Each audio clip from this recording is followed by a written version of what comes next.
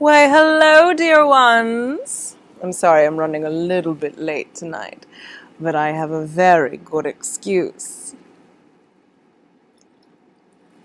And as usual, we always check. Can everyone hear me all right? Or is it muffled and terrible? Be honest. I know it's not as clear as usual. We're back to the lav mic. Hello, Sally. Hello, Johnny O. Twitch. So, darlings, as usual, I am drinking something restorative, something delicious, something that was gifted to me by Sally. I love this tea. Thank you so much. It was specially blended. It is a Ceylon black with rose petals in it. So it is a rose black, it's one of my favorite blends. I really, really love it. And it's refreshing. It's floral, but not perfumey. Very important. And this evening's brew has a bit of nettle in it and also wildflower honey from the Richmond area. So give us a slurp.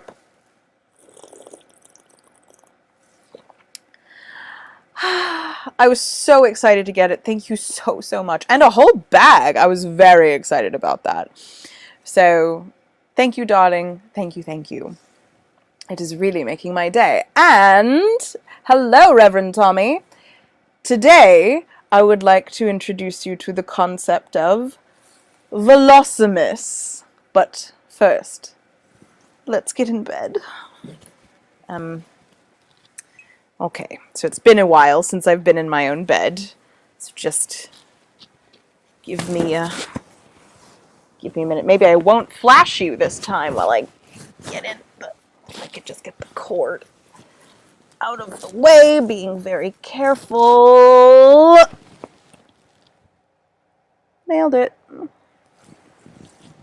I'm just this big mass of pink silk. Yeah, that's better. Ta-da! All right. Hello, darlings. Hello, darlings.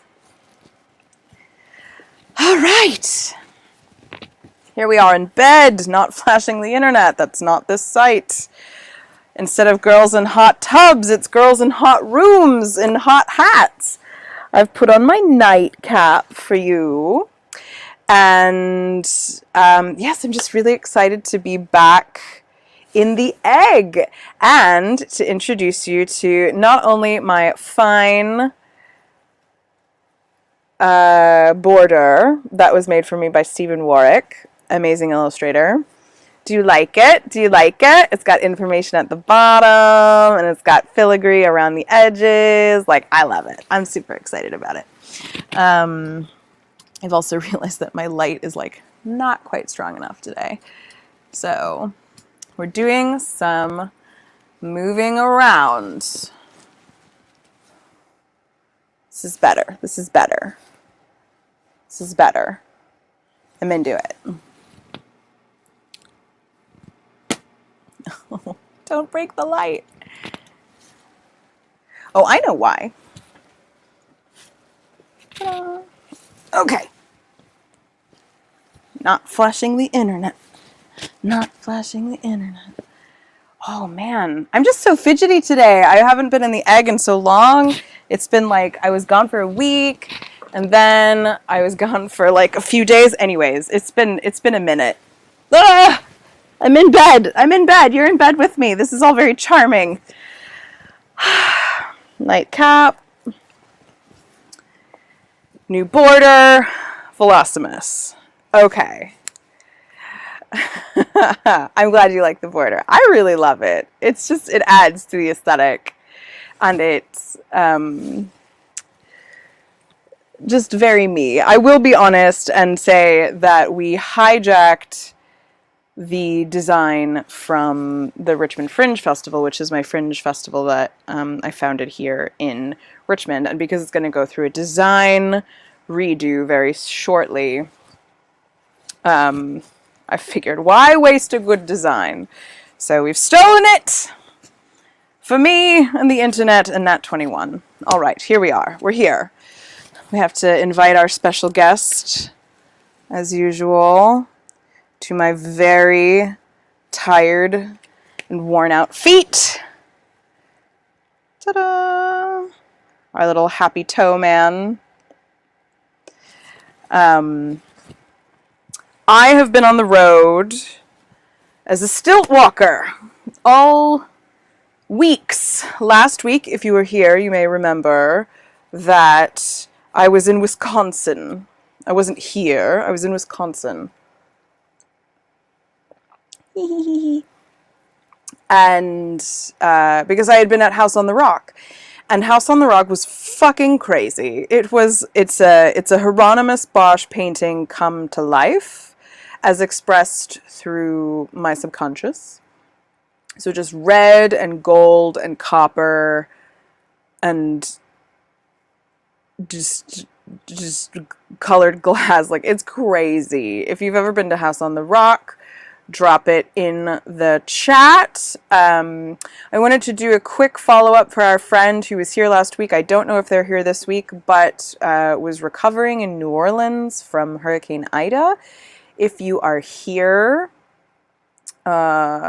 please make yourself known and let us know how you're doing. Dovran, I think, is the name of the person who it was.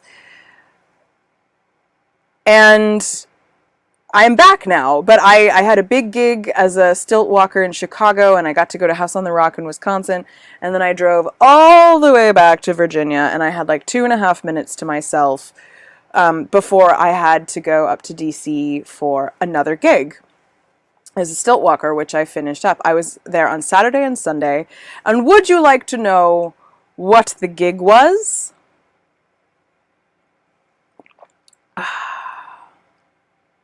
Well, I'll tell you. I was a stilt walker at the grand opening of a gas station called the Dash Inn in Maryland.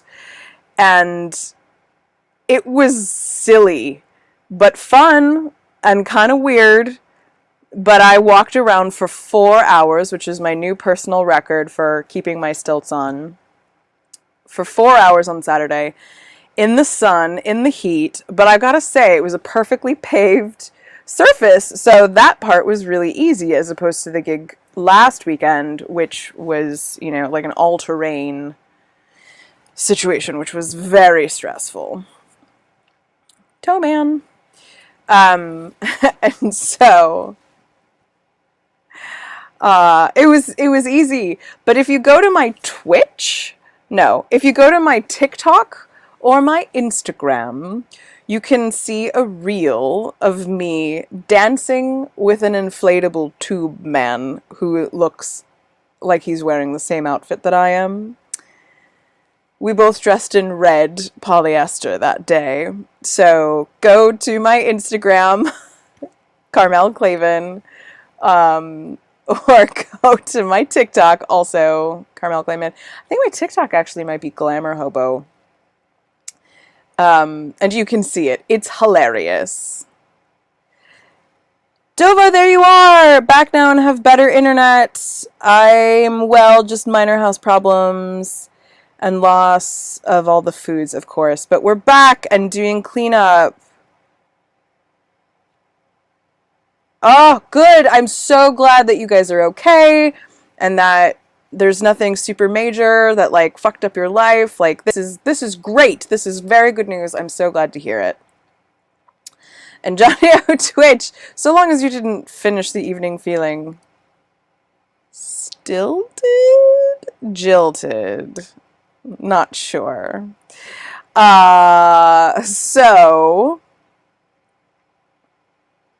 I don't think it's a stretch on that pun. I'm gonna say it's a bit of a stretch. But it was a very well-paying gig, so I'm very happy, and I did Saturday and Sunday. I'm happy. More stilt gigs, please. But my legs are very tired. And my chiropractor looked at me today and said, "You need more electrolytes." And I said, "Well, what do you mean?" And she just said, "You need more electrolytes. Stretch every day. More electrolytes." I was like, all right. trying to be healthy now that I'm 36. And now I will tell you about Velocimas.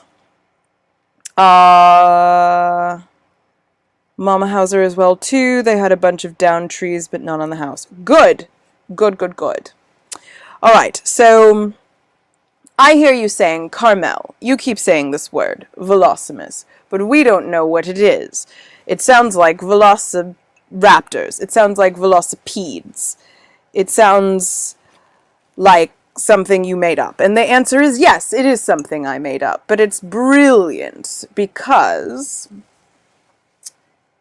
Velocimas celebrates the day I reached escape velocity on my ill-fitting, poorly arranged life. And I left. 3 years ago today, I arrived at Awesome Town. I moved in. I put my bed here. I put in my hats. I parked my car. My housemates gave me a gift certificate to the sex shop. They threw me a party. They played a trombone and rang the bells. They greeted me wearing sashes and fancy hats. It was a wonderful, beautiful moment. What a way to start a new chapter. So Velocimas is an important day that I say is to be brave, to face the things that no longer fit and that you must walk away from, and to use your spite for good and growth. I absolutely was able to exercise my spite muscles to walk away from people saying, "How will you live? What will you do? You will not be any safer, secure, happier, better. What will you do? How will you live?" And the answer is, and still is, differently. So my darlings, on this 3rd anniversary of Velocimas, my Velocimas, I ask you, is it time for you to consider being brave and looking at the structures in your life that are outdated and do not fit any longer? About the vehicle that you're in that has run out of gas? It's fine if it has. Everything changes and transitions eventually. It's really the discomfort about being honest and sincere in the acknowledgement of when things are done. That's the uncomfortable part. So here we are. Sally says her Velocimas was April of 2020. That sounds intense. That was in the middle of the very beginning of the pandemic. All right, all right. And if you haven't had one yet,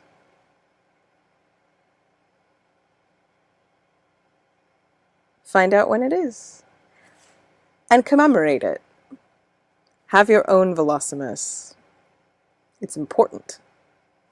So cheers to being sincere, honest with ourselves, and brave.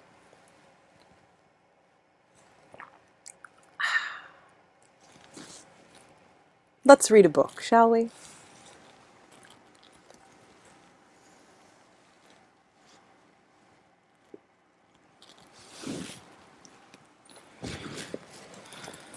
All right, so just a bit of thigh. So I say that tonight we continue reading Catherine Valente's mashup of the Zelda Fitzgerald story and the 12 Dancing Princesses, called Speak Easy. We read the first 2 chapters last week while I was in Wisconsin on the road. I really wish that I'd had this beautiful border when I was in Wisconsin, because it was such a like nondescript white wall. And you can catch, if you're in love with this situation, if you love crawling into bed with me on Monday nights but you've missed a couple, you can go back on my YouTube channel or the Nat 21 YouTube channel and you can catch the archive. So what do you say, friends? Is it time for reading? Usually we spend the first 20 or 30 minutes dicking around talking about what happened to me this week. And then eventually I read. It's about that time. All right, so if you'll recall,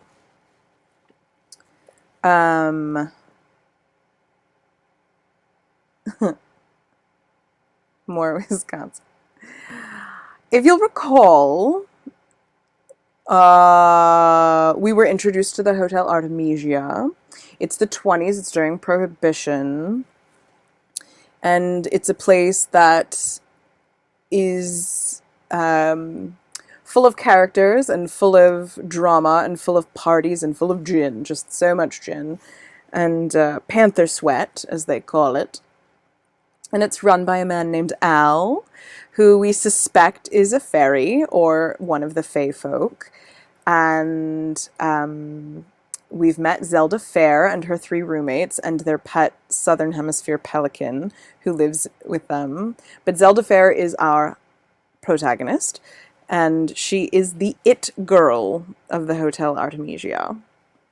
And she's looking for her goodies, as she says. The thing that she is good at.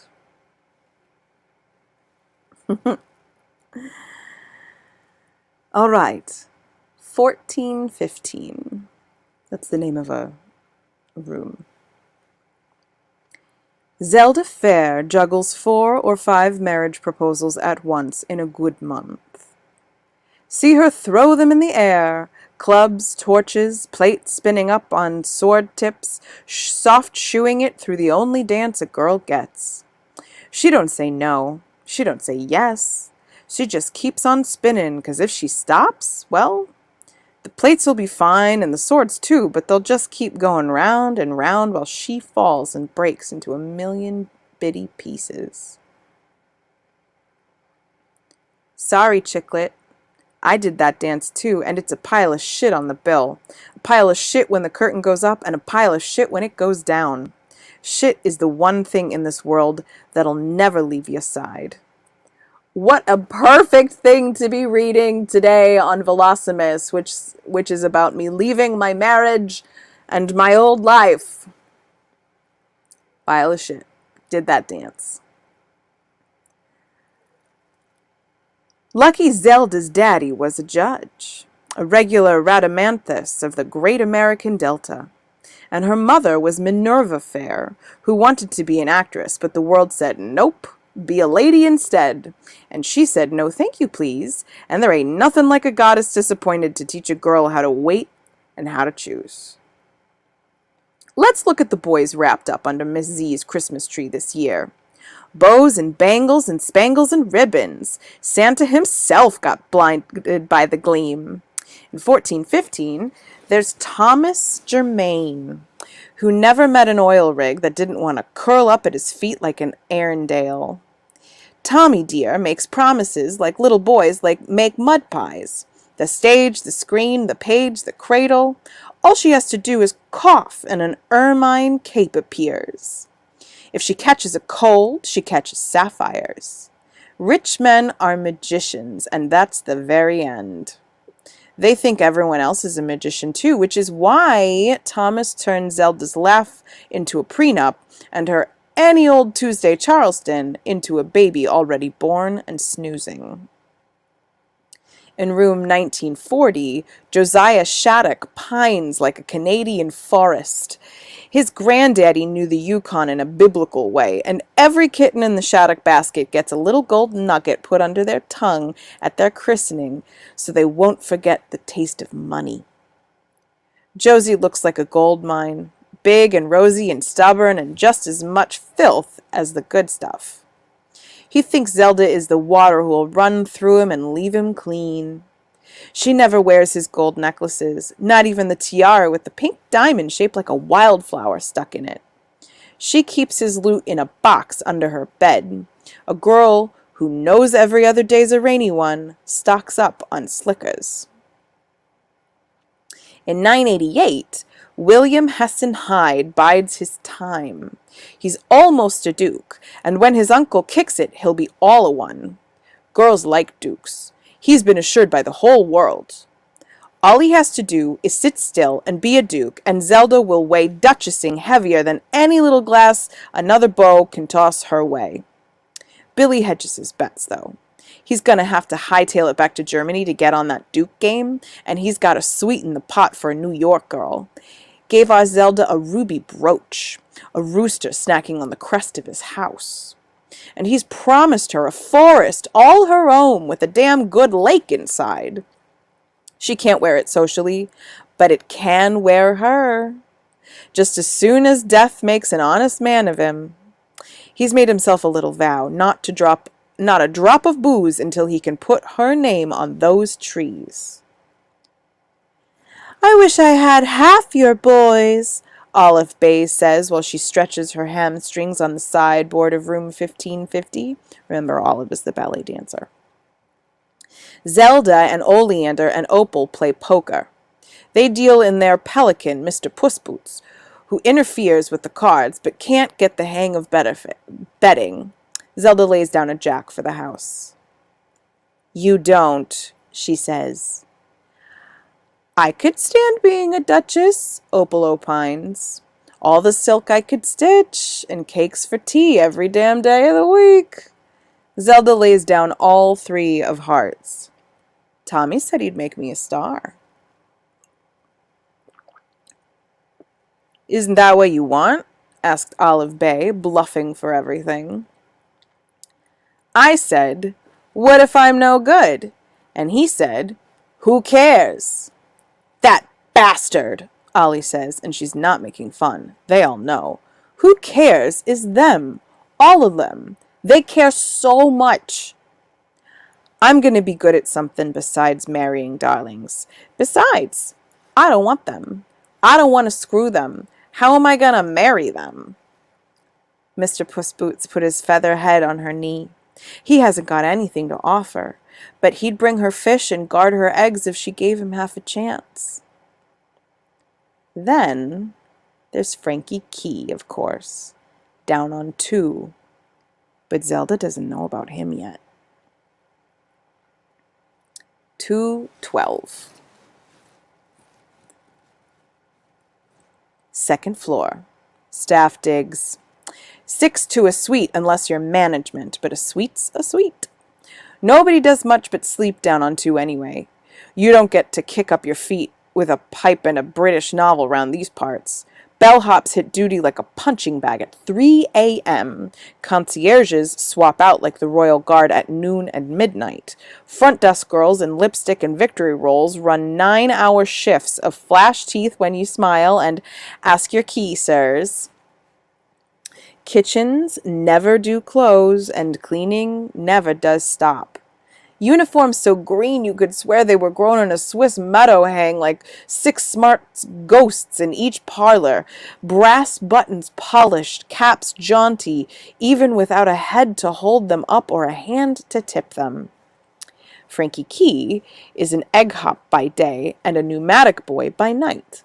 He shares 212 with a pair of twins out of Texas everybody calls Nickel and Dime, a Vermont college boy named Maury Keene, a preacher's son born under the same name as Hallelujah Barnes, though he's shortened that up to Hal now, and Enzo Bacci, a painter from some nothing town in the Swiss Alps, who covers every hidden surface in the room with miniature cosmic ragtime parades, goblins and gargoyles, and gamines and gallants dancing under the lip of every windowsill, the ledge of every countertop, the underslats of all 6 beds, the back of the medicine cabinet, even inside one of the broken faucets in the kitchen, wherever the boss men won't see it when they come in on inspection. Room 212 has a secret Hieronymus shindig shaking down all over itself, and sometimes her boys lay flat on the parlor floor, 6 heads spread in a star, looking up at the underside of Enzo's art. Did I not just mention Hieronymus Bosch like 20 minutes ago when I was talking about the House on the Rock? I think I did. I know how to pick 'em, my friends. The synchronicity of the bedtime tales cannot be beat.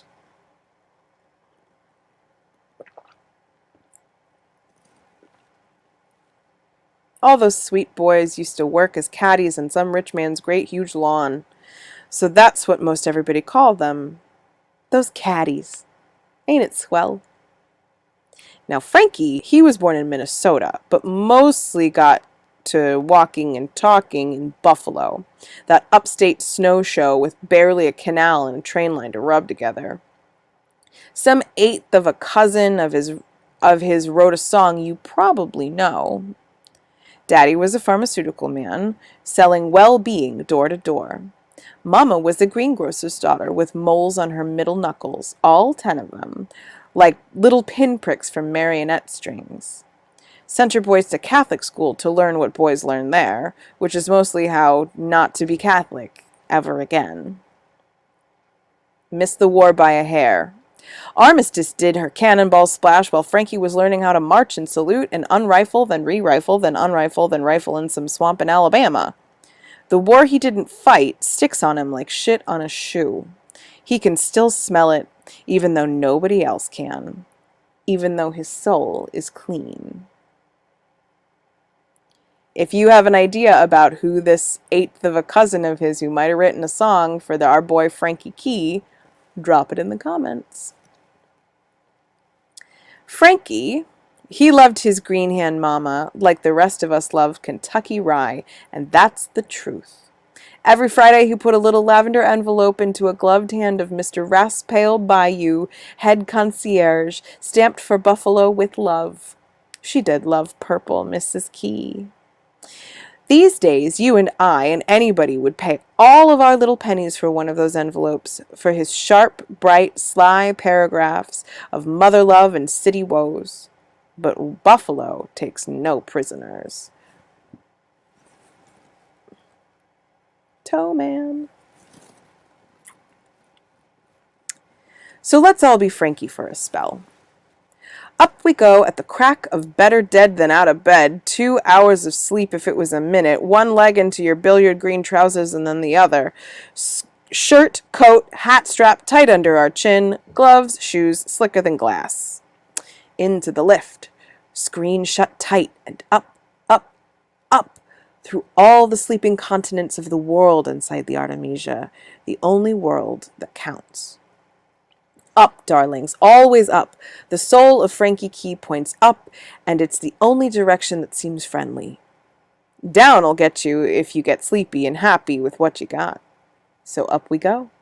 Up past the Green Tabernacle restaurant on 4, where the day's first bread is busy rising, and the coffee troughs are already brimming.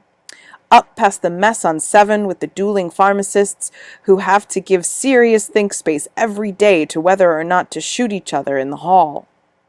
Up past the torch singer on 10, crying through her scales. Up past the 16th floor, where the weird wizardry of room assignments had either fallen asleep on the job or shown up early for work, depending on your attitude.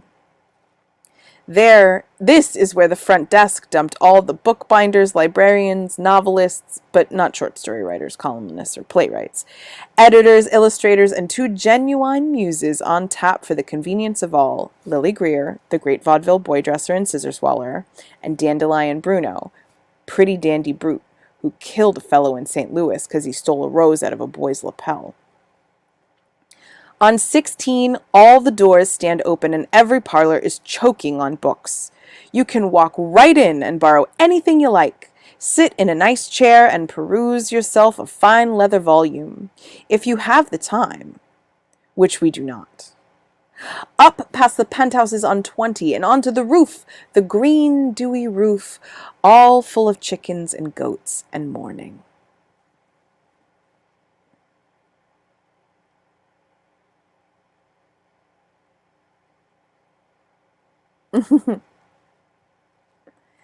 Frankie likes it up here. You can see the whole city, lights still out, quiet as a church. He named the chickens after ancient queens. It's the sort of thing Frankie likes to imagine telling folk he did when he was young, so he does it. Boudica, Theodora, Elizabeth, Matilda, Antoinette. But they're all white Delawares, so he can't tell them apart anyways. Come on, Messalina, he calls the hundreds of them all together. Time to send your heirs to the slaughter. And he fills up his baskets with warm brown eggs while they purr and mew and chuckle, more like kittens than the great old dinosaur cousins they are.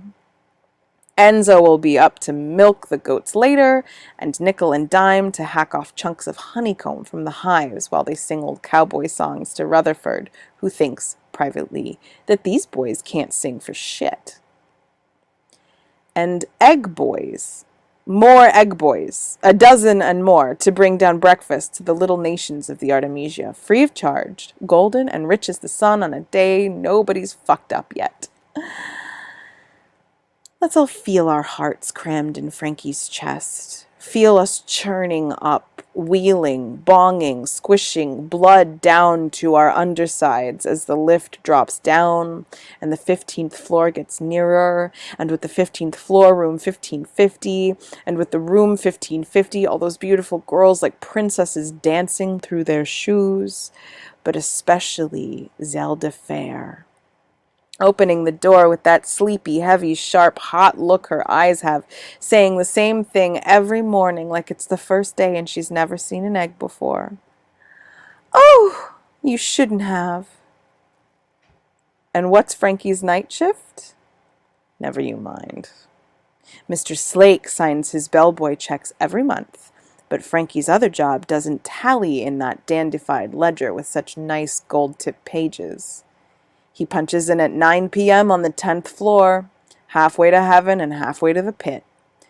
What he does there pays a whole sight better than chicken farming. And it's Al who signs those notes, with a signature like a scream in the dark. 872. Got all that? Have I dramatized our personae to the hilt? I know it's tough to keep all the cards in order, my chickies, but I'm doing my best. It's okay. I wouldn't leave you in the lurch without a flashlight. Just shine it on over here. Zelda and Ollie and Opal and Olive and the Pelican, Mr. Pussboots. Frankie and Enzo and Murray Keene and Nickel and Dime with their matching dimples.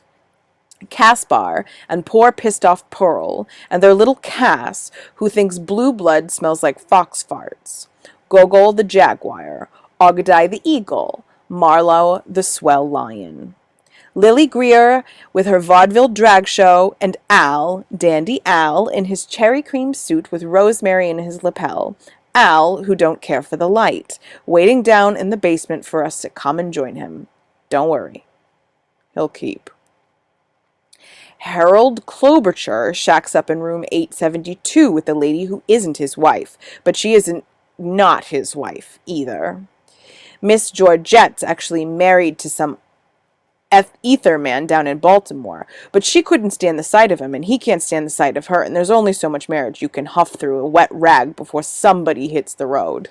Isn't that the fucking truth? But Georgette and Harold have their simpatico locked up tight in a jar, and they've been playing house for coming on 10 years now. They're in the same line of work, see. Harry's a locksmith, and Georgie's a madam. They both let you in when you're shut out.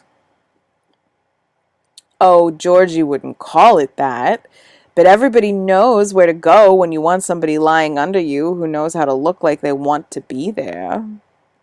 And if you're a little short on rent and shorter still on the lessons your mama gave you before you lit out for the big city, just head down to 872 and tell Miss G you've got a powerful thirst for some of her Darjeeling sugar. No lemon. She's got a painting of dogs hunting a unicorn on the wall over the mantelpiece. Opens on a hinge like the door to paradise. On the backside, she's hung up a broadsheet with all the names and prices and dates available, split into girls' column and a boys' column, and what do you know, but they're about the same length. Georgie wouldn't use your real name. She's a class act, all the way according to her own self, and she learned that from her locksmith hunk, the sacred trust that goes along with knowing how to get a key in anywhere you like. Discretion, pets. The State Department has fewer code names than Georgette Boursaw's unicorn painting, all out of fairy tales on account of her sweet, soft childhood in Albany, when she loved to read about maidens and towers and horses and dragons before the man with the fabulous gas and the big slurry fists came to show her how to dance the Sleeping Beauty rag. So this week, which is Christmas week, 1924, if you're into that sort of thing, you can have Cinderella for $6.50, but keep it out of her mouth, thanks. Or Snow White for a $5, though you can't kiss her. Rapunzel's going for $10 even, but it's a bargain for a contortionist who likes to be choked. Prince Charming will cost you $7. Joringel, $4. Poor wee lamb chop can't outlast a lit match, but oh, those blue eyes will kill you dead. And Clever Jack wants a prince's ransom, 12 smackers. But you can do anything you like, and he's hung like a Stone Age statue. Oh, you could get it all for less out on the town, but why bother when the Artemisia will send up room service nice and neat? Everyone gets a new name in the Artemisia. The front desk is Ellis Island, backwards. Come Elizabeth Smith and find yourself Licorice Lizzie of the Cigarette Soul before you even hit the elevator. So, imagine Miss Georgie's eyes when Zelda Fair comes knocking, shy, big eyes all haunted hollow, wearing her respectable clothes, a gray dress with buttons instead of rosettes and rhinestones. Georgie knows that hollow look. That look that says, "Golly gee, ma'am, I never done this before, but I love this damn heap of bricks, and I'm just a little short this month." And the money she could get for Zelda without even haggling. She's already poured tea and plated out ice cookies and named the girl Gretel in her head before Zelda clears her throat and twists her hands and asks to see Mr. Klobuchar instead. Too bad, Georgie. So sad. Harold feels mighty pleased to be called on. He works locks for the hotel, and he works on the quiet, too, on the side. Sometimes a body doesn't want the front desk knowing their business. He likes his hush-hush jobs best. He feels like a spy, on one knee, fiddling the tumblers till secrets pop free. He looks Miss Z up and down and figures he'll make a roast chicken tonight to feed Georgie's disappointment. But now Zelda Fair's looking at him with that face, that tea-cake chin, that gin-slow smile, and her throat's all red above her collarbone, which is, Harold guesses, how somebody like her blushes when they blush at all.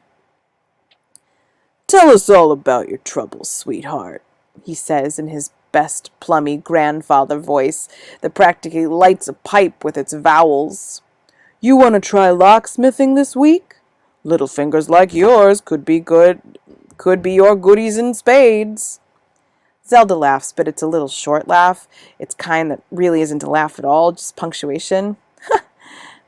Sometimes funny things happen in this world, don't they, Mr. K? I mean, the world's so damn big, everything's bound to happen that can happen. Probably some things that can't. I suppose so. And when funny things happen, you just have to go along, don't you? Because they might never happen again, and you'll have missed the joke of it, missed the fun. And then you're old, and your kittens ask you what you did when the world had its glad rags on, and you won't have anything to say, will you? "Honey, I don't follow you." "You need a drink, baby girl?" Georgette asks, just as sweet as a pie filled with aunties. "I think we got some anise in the cupboard." Zelda takes in a little green crystal glass, and for a second she's so dazzled by the winter light streaming through the window, streaming through the glass, and streaming onto her knuckles like emerald licorice rings that she forgets to talk. And her mind wangs off thinking about how anise ought to be black, or at least purple, the way licorice is, but it's as white as this window pane. Georgie's talk bubbles all over bicarbonate of gossip. I got it straight from the source. No need to worry, lovey. Nothing foul in here. Harry, did you hear 3 people died of that ginger poison that Bill Radner's Jake joint made last week? I don't even look at this stuff unless I saw the man downstairs tap it with his own hand. You drink up, Zelda. Your color's out. I'm sorry. Zelda snaps back to room 872 and shoots back her licorice like water. I'm sorry. I feel like I've made a paper these days. Gotta pile rocks on me to keep me from flying away. Red meat, Georgie prescribes. She knows from paper girls. Does she ever? Red meat and brown liquor. Roots you to the earth. Keeps you hot. I've got some steaks in the icebox here. I'll wrap 'em up for you. Just fry them with a little butter. 2 minutes on each side. Eat up all the fat, too. Suck the bones. I'll know if you don't. Zelda tries to refuse, but Georgette would mother a hole in the wall. That's what comes of Albany and Buffalo and slurping down 1,000 stories where nobody's got a mother worth spitting on. She comes back with a brown paper parcel and a little round silver flask. Zelda's in the middle of saying, Up in my room? Just come and look. I can pay, I can. I fixed Mr. Costa's stove last week. I'm flush. Well, golly, my daddy taught me how to make things work when they quit on you. He wouldn't have anybody saying he raised a helpless Hattie. That's what he called girls who only knew how to be pretty. Now, being pretty's plenty hard, but nobody's daddy since the dawn of time ever cottoned on to that. There I go away, bowing away. Just come, Mr. K.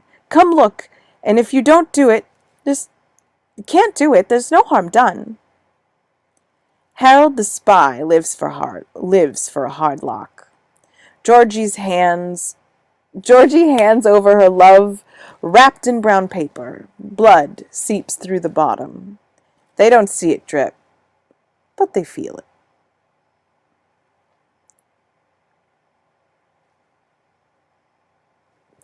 Tea break. How are you enjoying it so far? Are you lost? Do you have questions? Are you wondering what the fuck is it? If you're just joining us, darlings, my name is Carmel. I am your GlamourHobo bedtime tale teller. If you are nourishing the service, you can tip at the bottom or join the GlamourHobo Nation, which is my Patreon. Oh, I owe you a blog, darlings.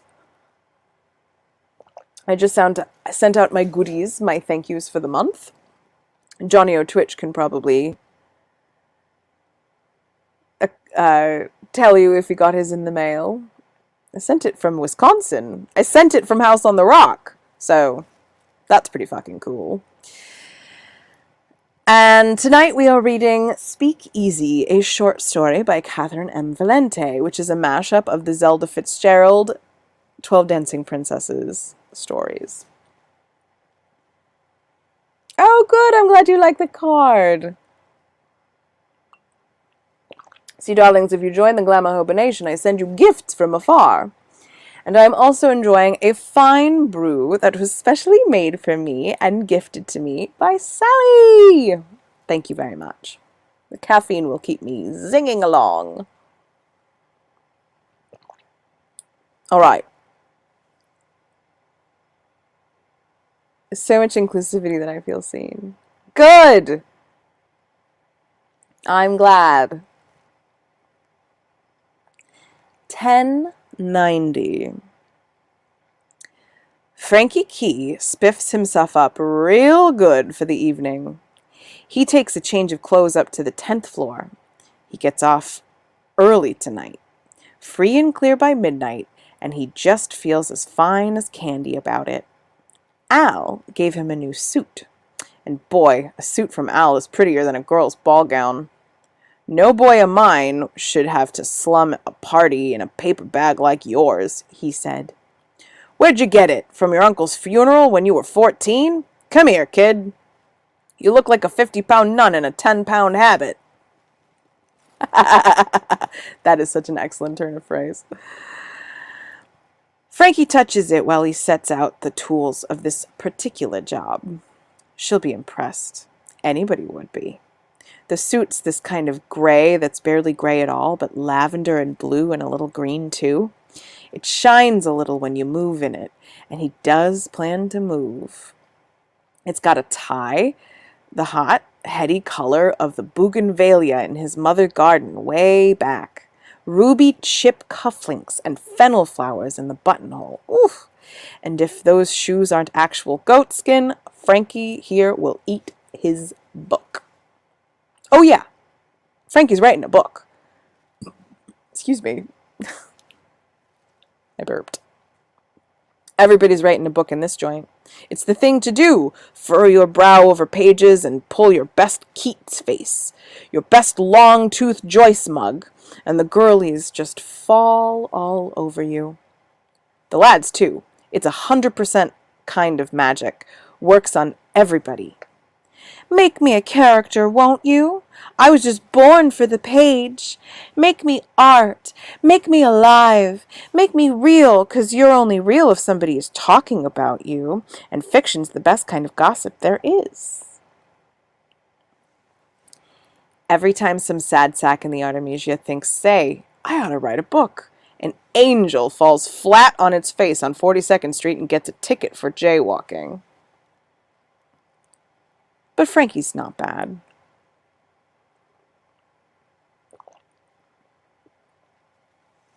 Mostly he's been writing detective stories up until now. It does nice things to his mind, like working a puzzle backwards, pulling out pieces one at a time until he's the only one who knows the picture. Besides, stories that start with a dead girl sell. He doesn't like that. His mother wouldn't like that. But it's true. He'll try something else someday. Something smart and cold and hard in all the right places. He just hasn't found his big thing yet. He will. He knows it. Boys always know their big damn deal is right around the corner, sucking cigarettes and panting their name. But right now the murder racket snags him bylines, and smart's not doing the trick. So up with blood and down with melancholy. Yes, sir, hack those throats, fire those guns, furrow those Holmesy brows. It's easy to be lazy when lazy keeps you in gin. Frankie's not monogamous when it comes to detectives. No Poirot or Spade for him. He likes to be a new man every time he punches a typewriter. And honestly, his night gig will keep him in stories till he's out of teeth and time. What's his gig? Frankie's a tube man. Guys! A tube man? I just told you not 30 minutes ago that was my job over the weekend, is that I danced with a flying inflatable tube man. And we talked about divorce, and we talked, oh my god, it's the perfect, it's the synchronicities just keep lining up. I think people might like to read me here Gunga Din sometime. I actually don't know what that is. What is that? And yes, you're right, Sally. It does sound like a shark skin suit. Johnny on Twitch, what is Gunga Din? Frankie's a tube man. Oh, Kipling. Oh. Well, I'll look at it. Kipling is a colonialist, so I'll give it a shot. When Mr. Slake rustled himself... fuck. It's clearly coming to the end of the show because I cannot, like, put my mouth all the way around these vowels. When Mr. Slake rustled himself up a hotel, he kitted her out with the best and newest of everything. Why not? The best is better, isn't it? New beats old in everything but wine and compound interest. Frankie'd never seen anything like the tubes when he slid into home in that fine front lobby. Pneumatic tubes all through the place like veins through an elephant, opening up into every room with little brass cubby doors and long glass pipes. If you could see through the walls, you'd see this fantastic glass spider hugging into the whole damn castle. And in the pipes, air rushing all the time. Air so beefy, it'll carry a capsule from one floor to another. A capsule like a crystal ball stuffed with whatever you want. Messages, trinkets, lipstick, handkerchiefs, tickets, keys, candies, paints, pens, but mostly messages. He has no idea how it works. It could be a great big green-assed genie puffing into a hookah in the basement for all he knows. Frankie doesn't use it himself, but he knows the score. See, Al showed up on the roof one morning, just leaning against the chicken coop in his cotton candy suit like he was the finest throne in England. He tossed an egg up into the air and caught it and said, "Hey, Francis, how'd you like to make some real scratch?" And any Buffalo boy knows when the big man says he wants a favor, you just better hop. So, this is what Frankie does for Al. He sits in room 1090, not even a suite, just a single halfway between the roof and the basement. And whenever a crystal ball comes flying up the chute, he grabs it, jots down what's inside in a big green book, and then sends it back on its way. If it's a letter, he copies it out. If it's a trinket, he describes it down to the gold chain and the porcelain handle and records the to and the from. Everything passes through 1090. Everything goes in the book. Frankie has nice handwriting. Frankie has a tidy little heart. Frankie assumes he's not the only one. Some cat like him on every floor, most likely. These are some of the things that pass through Frankie like all that lady on the fortune-telling card, passing water from one jug to another. That's the temperance card, in case you were wondering, by the way.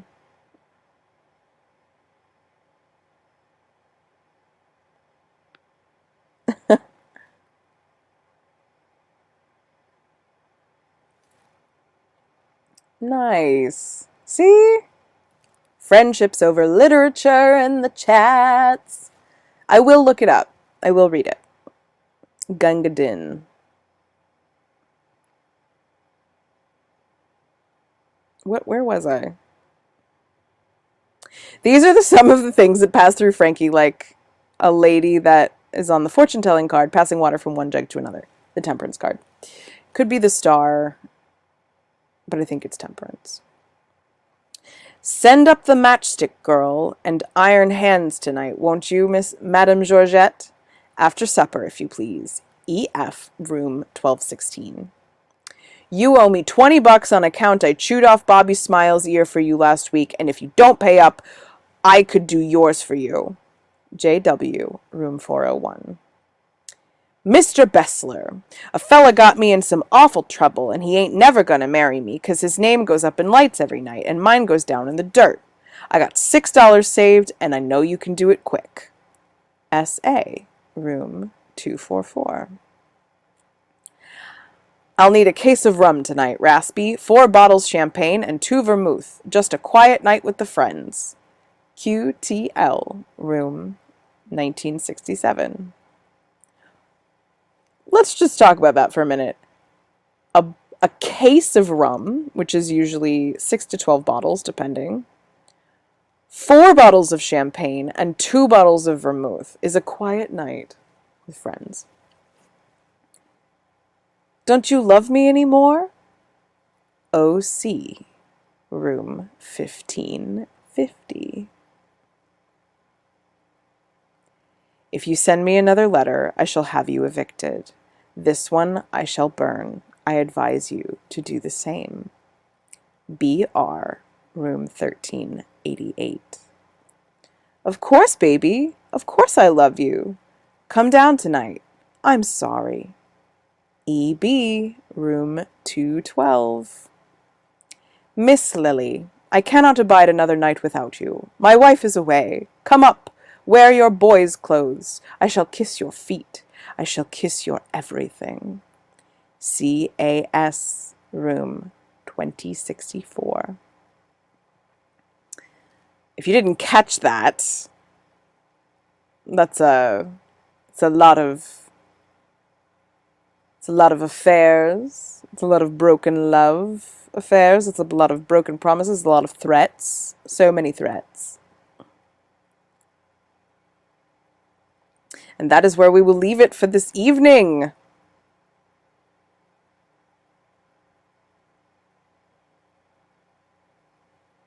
I think we should keep going with this one personally.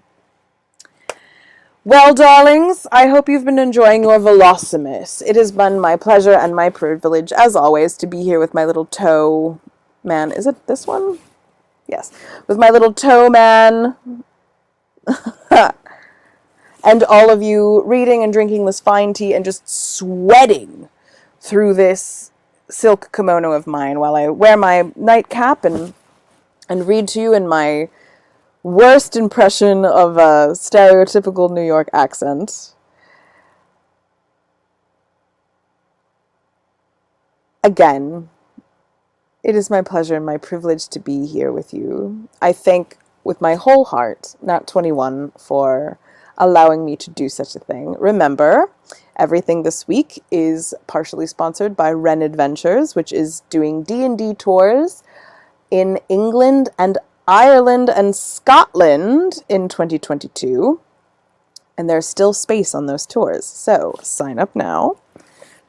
Make plans for when you can go out into the world again.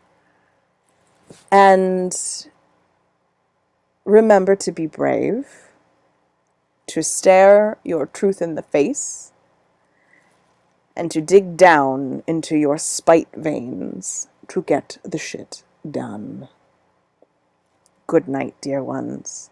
I will see you next Monday night. It will be my pleasure and my privilege to be there with you again. And in the meantime, find me on all of the places. The TikTok, the Insta, the Facebook, the Patreon. Good night, everyone. Good night.